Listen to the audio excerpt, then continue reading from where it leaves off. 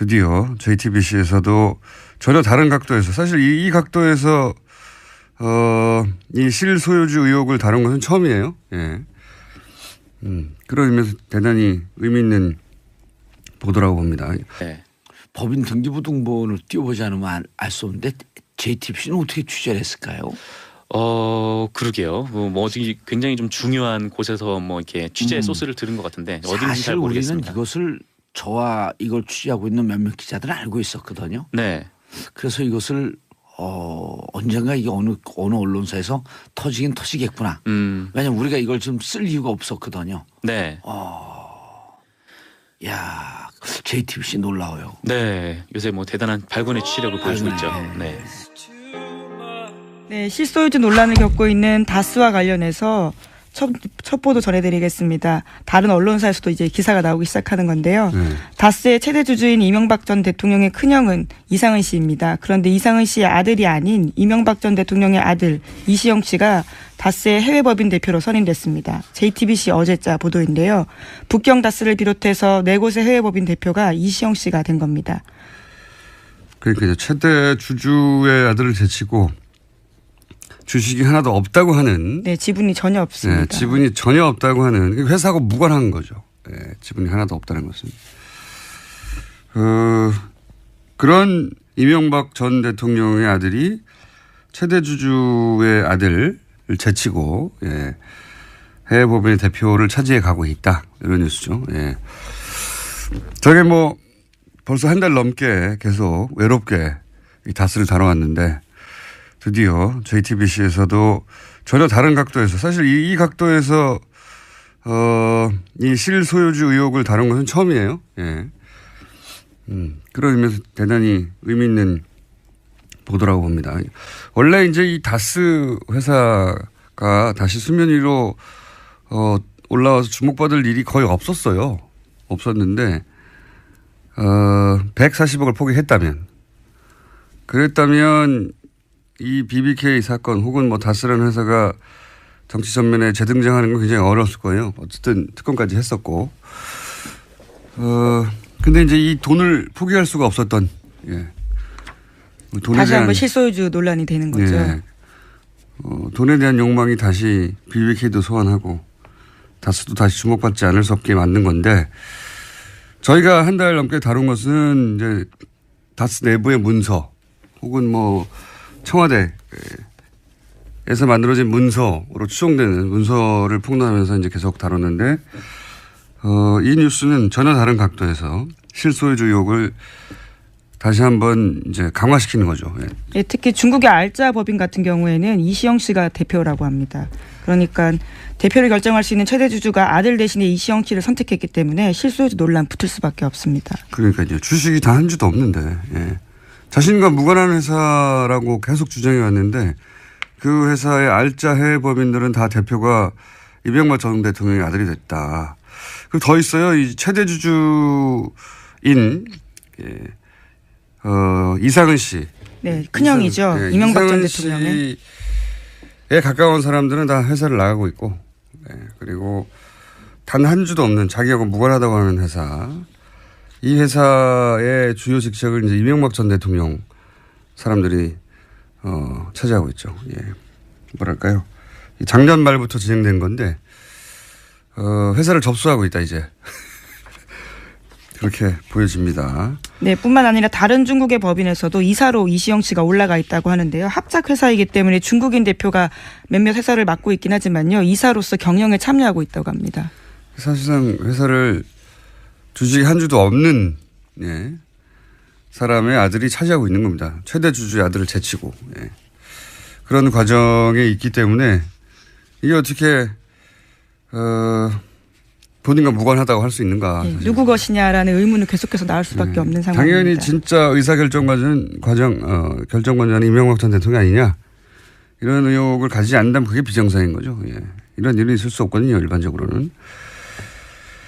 다스를 여러 차례 반복적으로 얘기해 왔는데 왜 얘기해야 하는지도 계속 얘기해 왔는데 단순히 진짜 회사 주인이 누구냐에서 그치는 게 아니라 다스 주인이 BBK 주인이고 BBK 주인이 5,000명 1,000억대 주가 조작의 주범이 되는 것이고 또 도곡동 땅이라고 하는 이 사건과 쭉 연결된 땅 주인이기도 한 것이고 그래서 굉장히 중요한 거죠. 정말 오랫동안 이 사건에 대해서 취재해왔는데 왠지 대단의 막을 향해서 천천히 다가가고 있는 게 아닌가 요즘에 보도를 보고 있자면 그런 생각이 듭니다. 그런 뉴스가 드디어 JTBC에서 나왔습니다. 다수 실소유주 관련. 네, 그 이명박 전 대통령 관련돼서 어제 뉴스가 나왔거든요.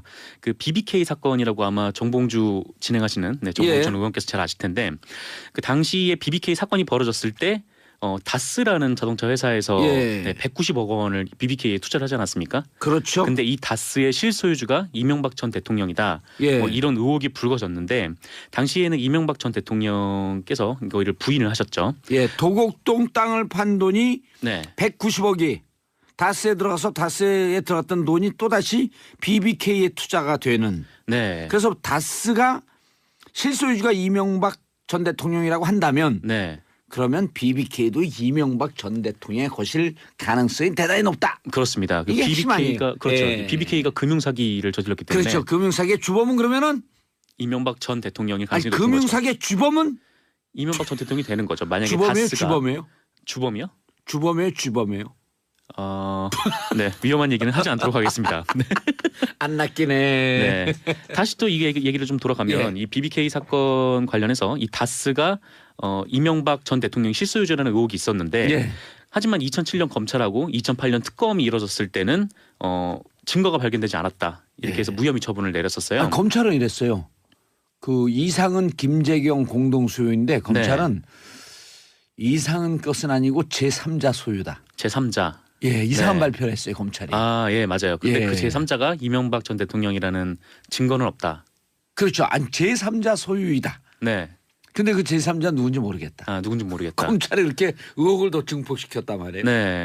근데 이 실질적으로 아까 말씀하셨듯이 이 다스의 소유주는 실질적으로는 그 이상은 이명박 전 대통령의 큰형이죠. 이상은과 처남이었던 김재경 씨. 이 두 사람이 그 명목상에 이제 보이는 회사의 주인이었는데 근데 어제 JTBC 보도로 드러난 새로운 사실은 그 다스의 최대 주주가 이 이상은 씨임에도 불구하고 그 이명박 전 대통령의 아들인 이시영 씨가 다스 해외 법인 여러 곳의 대표로 선임이 됐다라는 소식이에요. 특히 중국에.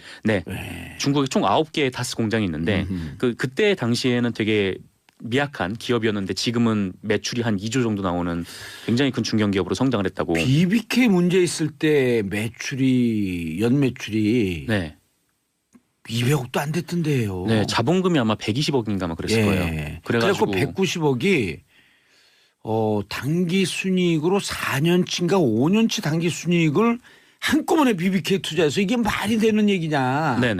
그런 얘기가 막 돌았거든요. 당시에 그걸 그랬었죠. 주장했던 사람이 누구였더라? 지금 이 스튜디오 안에 있는데요.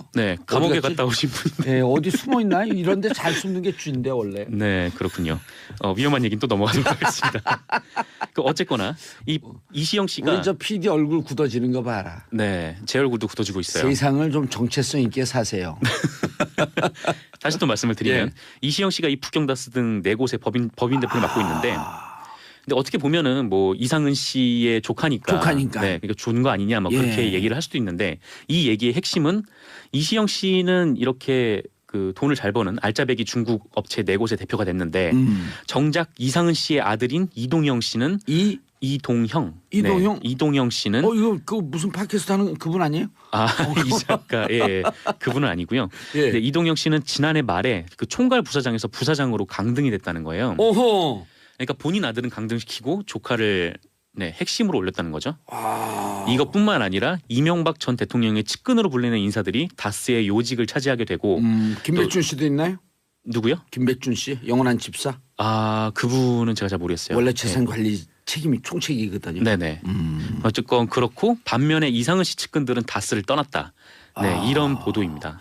그러니까 이상은 씨가 실질적으로 주인님이 그 전체 대주주임에도 불구하고 아주 깔끔한 투명 경영을 하는 거네요. 자기 아들은 다 쳐내고 관계 없는 사람들 다 요직에 앉혀.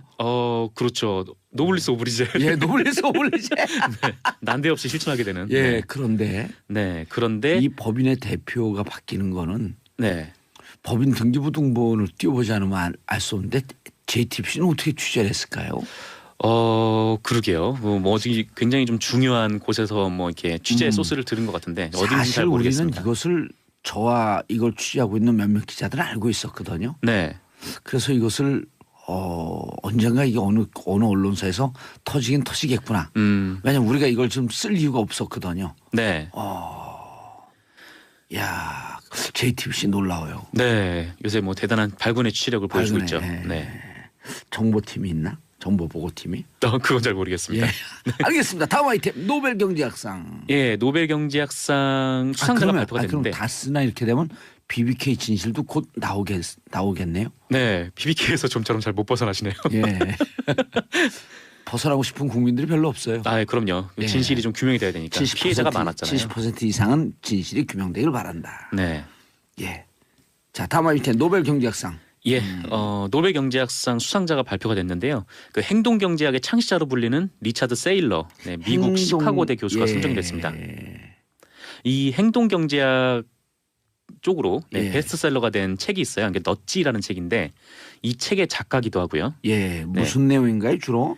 그러니까 넛지라는 것이 그러니까 팔꿈치로 이렇게 푹 찌른다 뭐 이런 의미인데, 그러니까 소비자들이 그 생각보다 이렇게 현명하진 않다. 그렇기 때문에 어떤 심리학적인 요소를 동원을 해서 이 사람들의 소비를 유도를 해야 된다라는 것이 이 넛지라는 책의 골자라고 합니다. 근데 이 넛지라는 이론이 굉장히 우리 사회에 되게 가까운 곳에 있었어요. 어떤 거냐면은 그 변기, 남자 화장실 변기에 보시면 그 소변기에 보면은 파리 그림이 있잖아요. 요 파리 그림이 넛지 효과라고 합니다. 네. 왜냐면은 무슨 의미죠? 그러니까 화장실에서 소변을 볼 때 이 어떤 포인트, 그러니까 일종의 뭐 조준할 곳 같은 그런 곳을 딱 파리 그림을 딱 그려놓으니까 사람들이 심리적으로 그곳에 다 소변을 넣는다는 거예요. 그래서 주변에 튀는 소변의 양이 한 80% 정도가 줄어들었다고 합니다. 오, 그래요? 네. 저는 반바지를 입고 어느 지점에 제일 소변이 많이 튀는지 실험을 해보거든요. 반바지. 그래 좀 물이 튀는 걸 느끼니까. 본인의 몸을. 예. 네. 반바지를. 근데 그렇게 정면에 발사할 때 많이 튀겨서 사이드에 그 탄력이 좀 마찰이 적은 사이드에다 이렇게 발사를 하거든요. 그런 분들도 계시죠. 근데 뭐랄까 뭐 그렇게 하면은 뭐 튀는 분들도 계시나 봅니다. 무심코 하는 분들이 더 많기 때문에 하나의 조준점을 줘서 그렇죠. 그 의미 있는 건데요. 똑같은 캠페인을 하더라도 인간의 심리학을 이용하면 굉장히 큰 효과를 거둘 수 있다는 거예요. 근데 그거를 정상근 기자가 남성 소변기를 예를 든 것은 양성평등적 사고가 없는 거 아니에요? 여성분들은 이해 못해요, 얘기하면. 이게 가장 대표적인 네, 효과를 본 사례이기 때문에. 이 세일러가 그 주장을 했어요? 대표적인 사례다 이게? 뭐 세일러가 그런 주장을 했는지 모르겠지만 어쨌건 이 사람의 이론에 맞춰서 그래도 준비를 한 것으로 알고 여성들도 있습니다. 이해할 수 있는 이 사례를 들어야지. 이건 너무 불평등한 건데. 네, 그럼 그런 것도 하나 좀 들어볼게요. 어떤 게 있어요? 네, 미국 미네소타에서 그 세금 체납 문제를 해결하려고 캠페인 구호를 2가지를 준비를 했다고 해요. 그러니까 첫 번째는 세금을 내지 않으면 처벌받습니다. 두 번째는 미네소타 주민 90%가 납부를 완료했습니다. 자, 후자구나. 후자가 더 체납률이 많이 줄어들었다고 합니다. 그래갖고 사람들이 그 군중심리. 마치 내가 이거 내지 않으면 미네소타 주민이 아닌 것처럼. 그렇죠. 네. 뭐 처벌 받는 것보다는 어쨌건 이런 심리학적으로 뭐 이렇게 공동체에서 좀 벗어나 있는 그런 뭐랄까 좀 공포랄까요? 좀 그런 거를 이용한 캠페인 사례라고 하네요. 그리고 이게 은근히 그 소비자들도 사회적 일 구성원임을 또 강조하면서 공적인 책무감을 강조하는. 의미가 있는데요. 네, 굉장히 뭐 중요한 이론인데 이것이 이제 행동경제학의 일종의 창시라고 해서 어쨌건 이분이 처음으로 이제 노벨 경제학상을 받게 된 겁니다. 알겠습니다. 다음 뉴스 뭐가 있죠? 다음 뉴스는 자유한국당 홍준표 대표가 문재인 정부에서 정치 사찰을 당했다 이렇게 주장을 했는데요. 그러니까 문재인 정부 하에 수사기관에서 자신의 수행원의 통신을 조회를 했다 이렇게 밝혔다는 겁니다. 그거는 뭐 할 수 있는데요. 네, 근데 불법적으로 했을 때 그게 문제인 건데. 그렇죠. 불법으로 했을 때가 문제인데 일단 첫 번째는 이게 불법 감청이 아니라 그 단순한 통신자료 조회였다라는 게 그 더불어민주당 측에서 반발하는 첫 번째 이유였고. 통신자료 조회한 게 무슨 보좌관이나 해당 그 비서관이 무슨 문제가 있었나요? 그러니까 홍준표 대표는 그 자신이 핸드폰을 잘 사용하지 않으니까 자신의 수행비서를 통해서 이렇게 많이 했고 그 수행비서의 핸드폰을 군이나 검찰, 경찰 뭐 이런 사정기관에서 여러 군데에서 통신 기록을 조회를 했다 이렇게 주장을 하면서 정치 사찰이라고 주장을 한 거예요. 그게 그 통신사 들어가면 얼마 전에 기자들이 그 한 2년 전인가 1년 전에 그거 해봤잖아요. 자기 네. 이름 때리 그 기록 해놓고 네. 내 통신 기록이 조회가 됐는지 안 됐는지 어디서 요청을 했는지 네. 그런 거 일환으로 확인을 해본 거 아닌가요? 홍준표 대표가? 어떻게 확인했는지는 아직은 알 수 없는데. 아니 그 통신사 들어가면 확인이 되잖아요. 네, 통신사 들어가면 확인이 되긴 합니다. 예. 근데 좀 시간이 좀 오래 걸리긴 그렇죠. 하고요. 근데 문제는 이 통신 자료 조회가 한 6건 정도 있었다 이렇게 주장을 했는데 예. 이 중에 4건이 박근혜 정부 때 이루어진 거라는 거예요. 그러니까 당시에 박근혜 대통령은 직무가 정지된 상태였지만 당시에 이제 황교안 그 국무총리 권한대행 직무대행으로 이루어지지 않았습니까? 그때 4건이 이렇게 조회가 됐었고 그러니까 한마디로 얘기하면 이것이 정치 사찰이라고 주장을 하면은 전임 박근혜 정부도 정치 사찰을 했다라는 그런 논리로 귀결될 수밖에 없는 거죠. 그때 당시 홍준표 대표가 대선 출마 여부가 그 쟁점이 되고 있을 때. 네네. 그러면은 박근혜 대통령을 고발해야 되나요, 홍준표 대표는? 그러게요. 만약에 이것이 뭐 문재인 너찌로는 좀 정부의 적용했고 파리에다가 좀 조준을 제대로 맞췄으면 좋겠는데. 제가 경제학을 사실 잘 몰라서 파리에 조준을 해야죠. 왜 엄한 벌에다가 조준을 하죠? 그러게요. 어쨌거나 문재인 정부에서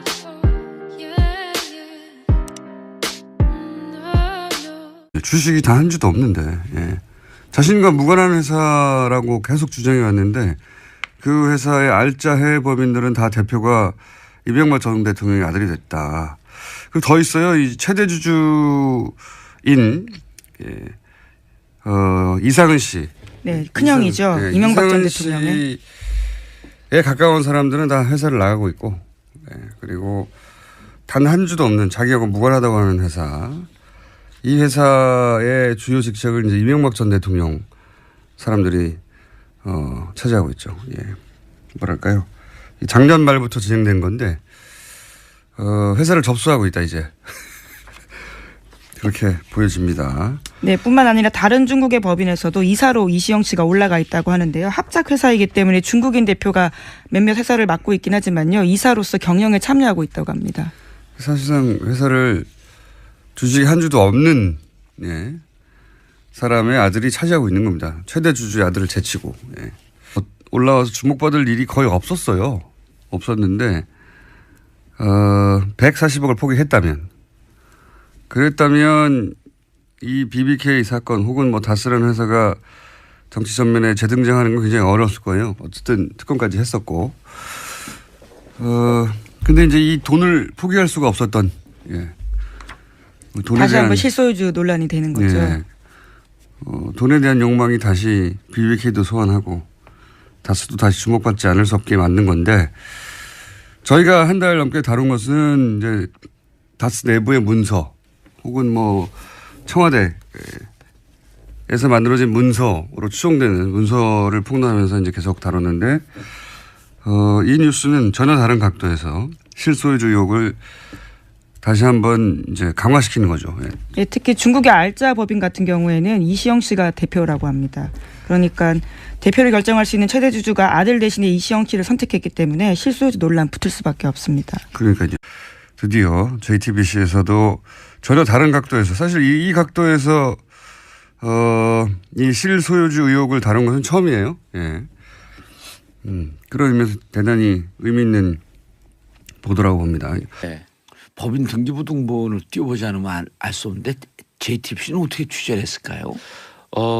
그러게요. 뭐 어디 굉장히 좀 중요한 곳에서 뭐 이렇게 취재 소스를 들은 것 같은데 어딘지 사실 잘 모르겠습니다. 우리는 이것을 저와 이걸 취재하고 있는 몇몇 기자들은 알고 있었거든요. 네. 그래서 이것을 언젠가 이게 어느 언론사에서 터지긴 터지겠구나. 왜냐면 우리가 이걸 좀 쓸 이유가 없었거든요. 네. 야, JTBC 놀라워요. 네. 요새 뭐 대단한 발군의 취재력을 보여주고 있죠. 네.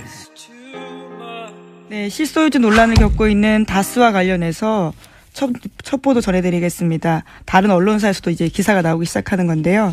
다스의 최대 주주인 이명박 전 대통령의 큰형은 이상은 씨입니다. 그런데 이상은 씨의 아들이 아닌 이명박 전 대통령의 아들 이시영 씨가 다스의 해외법인 대표로 선임됐습니다. JTBC 어제자 보도인데요. 북경 다스를 비롯해서 4곳의 해외법인 대표가 이시영 씨가 된 겁니다. 그러니까 이제 최대 주주의 아들을 제치고 주식이 하나도 없다고 하는. 네, 지분이 전혀 없습니다. 네, 지분이 전혀 없다고 하는 회사하고 무관한 거죠. 네, 지분이 하나도 없다는 것은. 그런 이명박 전 대통령의 아들이 최대 주주의 아들을 제치고 해외법인의 대표를 차지해 가고 있다. 이런 뉴스죠. 예. 저게 뭐 벌써 한 달 넘게 계속 외롭게 이 다스를 다뤄왔는데 드디어 JTBC에서도 전혀 다른 각도에서 사실 이 각도에서 이 실소유주 의혹을 다룬 것은 처음이에요. 예. 그런 의미에서 대단히 의미 있는 보도라고 봅니다. 원래 이제 이 다스 회사가 다시 수면 위로 그런 과정에 있기 때문에 이게 어떻게 본인과 무관하다고 할 수 있는가. 네, 누구 것이냐라는 의문은 계속해서 나올 수밖에 없는 상황입니다. 당연히 진짜 의사결정과는 결정권자는 이명박 전 대통령이 아니냐. 이런 의혹을 가지지 않는다면 그게 비정상인 거죠. 예. 이런 일은 있을 수 없거든요. 일반적으로는.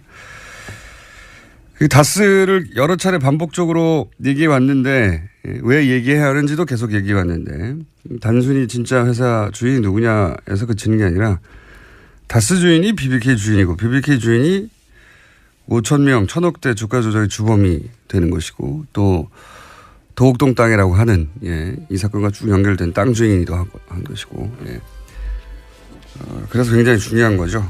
정말 오랫동안 이 사건에 대해서 취재해왔는데 왠지 대단의 막을 향해서 천천히 다가가고 있는 게 아닌가 요즘에 보도를 보고 있자면 그런 생각이 듭니다. 그런 뉴스가 드디어 JTBC에서 나왔습니다. 다수 실소유주 관련. 네, 그 이명